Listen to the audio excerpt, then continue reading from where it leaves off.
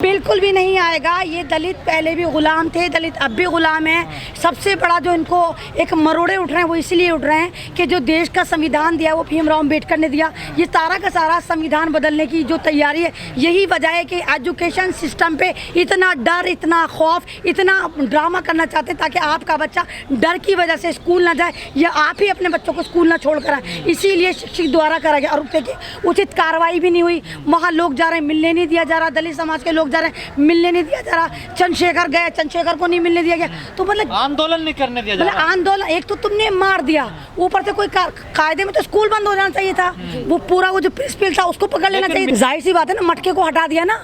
लेकिन सवाल तो ये भी उठता है, जिस मटके से आपने उस बच्चे को पानी नहीं पीने दिया, तो ये सारा स्वर्ण समाज मुझे बताए आपके चैनल से, क्या वो मटका ब्राह्मण बनाते हैं? मटका कौन बनाता है? कुम्हार कौन होते हैं?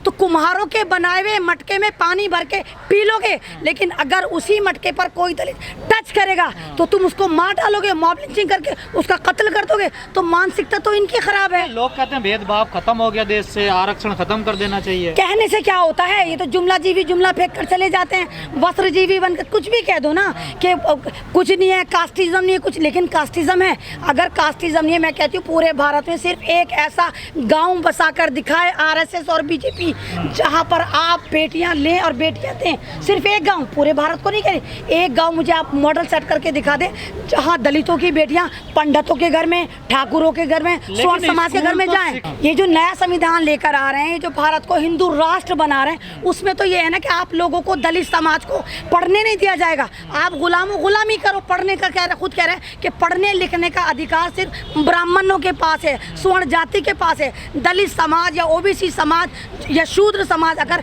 स्कूल की तरफ जाएगा, कॉलेज की तरफ जाएगा, तो आपको इसी तरह मॉब लिंचिंग करके मारा जाएगा।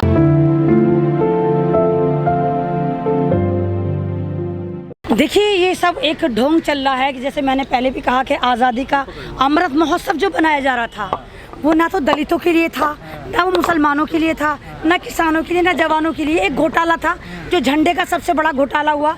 अंबानी को बहुत इन्होंने इनकम करवा दी। टोटल जो झंडे का ठेका दिया गया था वो अंबानी को दिया गया था।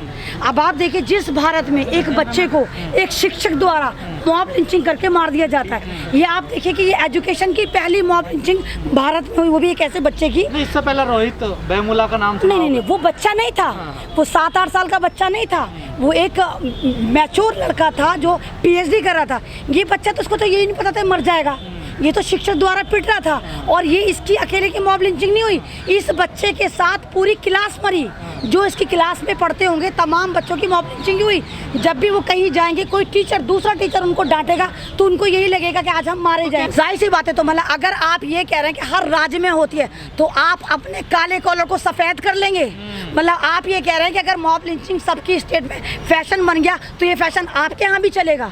क्यों चलेगा? एक CM को ऐसा बयान देना बिल्कुल भी नहीं देना चाहिए। उनको तो ये नहीं पता। तो ये गलत बात है ना, ये गलत बात है। अगर आप इस तरह एक बच्चे की मौत को ये कहकर हल्का करने की कोशिश कर रहे हैं कि हर राज्य में ये होता है, तो इससे बड़ी शर्म की बात कोई हो ही नहीं सकती। वहाँ तो कांग्रेस की सरकार है राजस्थान में। तो अभी आप कांग्रेस को तो देखिए, पूरी कांग्रेस जो है वो झटका ले रही है, करंट आ रहा। लेकिन कांग्रेस की शायद बदनसीबी है कि कांग्रेस में कार्यकर्ता नहीं है। कोई कार्यकर्ता नहीं, सिर्फ कांग्रेस में 2 कार्यकर्ता हैं। एक का नाम है राहुल गांधी, एक का नाम है प्रियंका गांधी। उसके अलावा सारे जितने भी हैं कार्यकर्ता, वो अपने आप को मंत्री से कम नहीं समझते, मिनिस्टर से कम नहीं समझते, अपने आप को लीडर से कम नहीं समझते। तो ये 2 बहन भाई जो हैं, ये पार्टी में करंट लाने की कोशिश करते हैं, कई डंडे खा रहे होते हैं। यूपी में तो दलितों को न्याय दिलाते हैं, लेकिन राजस्थान में न्याय नहीं दिलाते। हाँ, तो जहाँ मूंछ रखने पे भी हत्या कर दी जाती है। बिल्कुल गलत है ना। जहाँ पर आपकी सरकार है वहाँ तो कांग्रेस को मुंह खोलना चाहिए ना, वहाँ तो कार्रवाई करना चाहिए। और ये पार्टियां भूल में अगर ये सोचती हैं कि दलितों के बगैर, मुसलमानों के बगैर, आदिवासी को लिए बगैर ये सत्ता में आ सकती हैं, तो ये इनकी भूल है। क्योंकि भारत में अगर आप सत्ता में आएंगे सही तरीके से, लूट खसोट कर नहीं, EVM में घोटालों से नहीं, तो अगर आप सही तरीके से भारत को लेकर चलेंगे तो आपको दलित समाज को, OBC समाज को साथ लेकर चलना पड़ेगा। मतलब अमृत काल चल रहा है देश में, अमृत महोत्सव मनाया जा रहा है, 75 वर्ष हो गए, आप दलित पानी भी नहीं पी सकते, टच नहीं कर सकते घड़े को। नहीं तो अगर ये देखना अमृत महोत्सव के नाम पे उसी दिन बच्चे को मार दिया गया, कोई उसकी सुनवाई नहीं हो रही। तो इलाज के है दौरान ना? मरे ना, 20-22 दिन पहले आपने तो मतलब जब इलाज के दौरान उस न्यूज को छुपा कर तो रखा ना। जब वो न्यूज सर्कुलेट हुई जब से तो ड्रामा हो रहा है, जब से सारे प्रोटेस्ट चल रहे हैं और ये सरकार कानों में उंगली देकर बैठी हुई है। और आप ये देखिए जब आज़ादी का अमृत महोत्सव बनना था, जब महिलाओं के सम्मान की बात हो रही थी, तो गुजरात में एक महिला फिर लुट रही थी, फिर उसके बलात्कारियों को छोड़ा जा रहा था। और फिर वो कौन सी महिलाएं थी जिन महिलाओं के बारे में मोदी जी बात करते हैं कि मुझे महिलाओं के सम्मान पे होता, महिलाओं की स्थिति पर इनको प्रॉब्लम हो रही थी, दर्द हो रहा था ना, घड़ियाली आंसू बहा रहे थे। और उसी वक्त गुजरात के कातिलों को और रेपिस्टों को छोड़ा जा रहा था।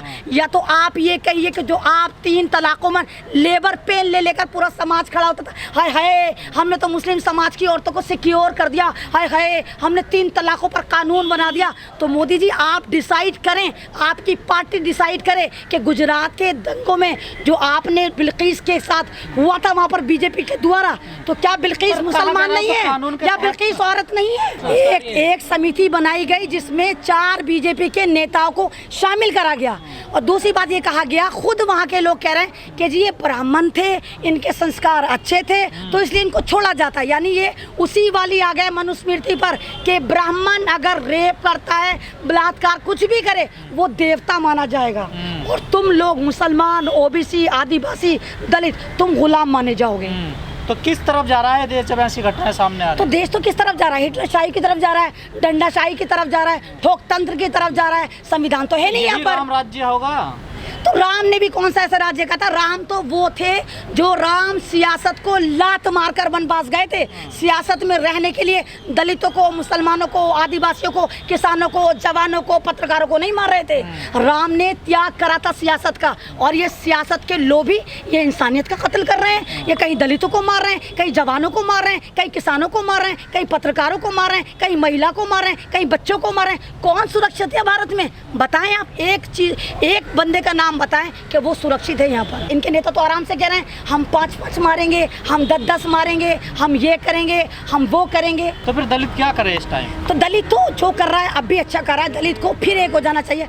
आप ये देखिए ना, दलितों की तो फिर भी बहुत अच्छी यूनिटी है। यही यूनिटी अगर मुसलमानों में भी बन जाए, मुसलमान भी एकजुट हो जाए और दलित और मुसलमान एक आ जाए, तो आप देखिए सत्ता परिवर्तन होगा। मैम, अम्बेडकर के नाम पे करीब 10 लाख संगठन बताए जाते हैं देश में, कहाँ छुपे बैठे हैं आज वो?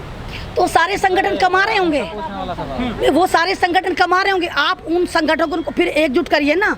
लेकिन फिर भी मुझे तो लगता है कि दलित नहीं, मुझे नहीं मालूम काम कर रहे हैं नहीं कर रहे हैं। मैं तो आपसे सुनने को 10 लाख संगठन है। अगर ऐसे संगठन है तो उनको बेनकाब करिए, उनकी लिस्ट निकालिए, उनको इंटरव्यू में बताइए कि ये संगठन है।